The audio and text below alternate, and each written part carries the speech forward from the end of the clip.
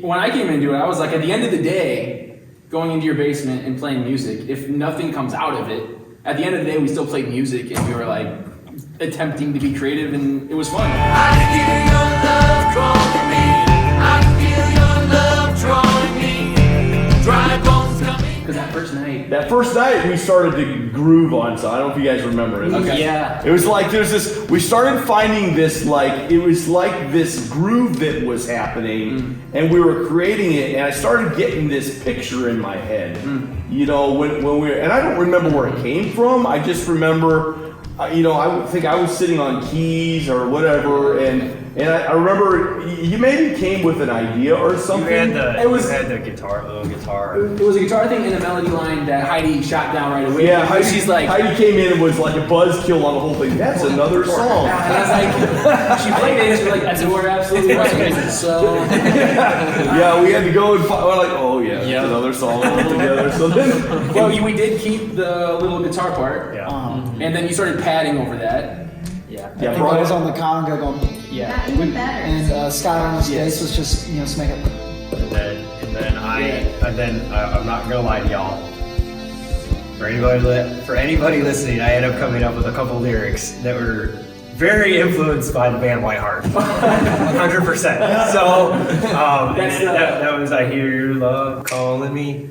I can't. Something like Exactly. that. I don't know what it was, and it was And like Very Whiteheart. very Whiteheart, and it like was. It sounded like. in fact, when we went back, and I was like trying to do all the credits on who wrote, I totally forgot that you did that. And Zach Rye's like, that was totally Christian. That was probably within It was like 20 minutes of us just Yeah. going for it. And that became the end of the song. Like that is The second half. the whole second half of the song. Part two, like this song is not verse, chorus, bridges. It's a part one and a part two. But by the end of that night, I felt like I remember I had this picture. I was like, I can picture.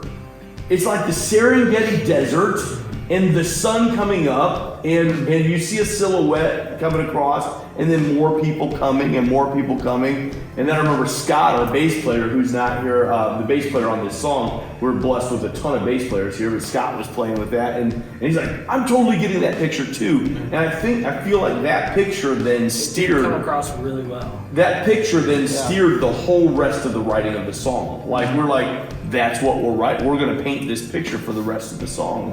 And that line that you came up with, I seriously, we'll blame that on my COVID brain, I think. But that line though, it's epic. Like if you're listening to the song, if you've already heard it, it is the key of part two, and it's so. It's like a chant, you know what I mean? Right. We're talking about the silhouettes coming to more and more people, then you get the choir coming in, and you can really, really feel that imagery there, you know? I feel your love calling me. I feel your love drawing me. Dry bones coming back to life. I hear your love calling me. I feel your love drawing me. Step out of the grave. It was fun when we were doing it because we're just like we're painting a picture. Like even hearing this, I hear your love calling, I feel your love calling, and we had to wrestle with how the lyrics flowed and all that stuff. But the initial idea, what we were hearing when we did it, was we were hearing people coming, and responding. Drawing. Like we were like, this is like the response to whatever part one is going to be. We didn't have a part one yet. Yeah. Right? We were just jamming on a part two. We were just like, We didn't know it was a part two. We thought this was the song. yeah, we thought it was the song. And maybe another song would be like setting this up. Yeah. The way we Frankenstein this all together is quite phenomenal too. It was very cool. So that was and I love that our drummer came up with the line. Yes, so good. I love that. So drummers out there, you've got the music in you that everybody else needs to hear, right? Because that was awesome. I don't know if it was on the same night, because David wasn't there on the first night, right? Oh, he was. He was there on the first night? Oh, he was totally there, and he was agreeing with that imagery. Exactly, but he's the one that threw out the "On My Way" line. Yeah. He threw that out. So we had the drummer putting out lyrics, then we got and the one guy of sitting behind producers the console, throwing out good lyrics. It was amazing. It was awesome.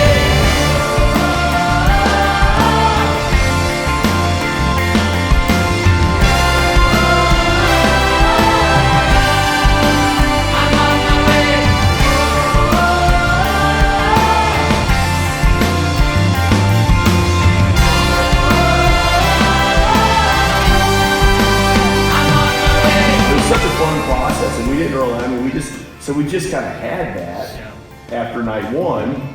You know, of then, you know, now. I don't know how you guys are, but once I'm locked and loaded on something, my brain does not let off of it. Like I am in it, you know. And so now I'm like, this is part one. Especially with such a strong start that we had, totally. Yeah. I remember just us talking about it at work, you know, just for a week straight, probably. You know, I would just keep coming in with ideas of different things. I would play the ideas with kids in the youth group. They're like, that's so cool. Come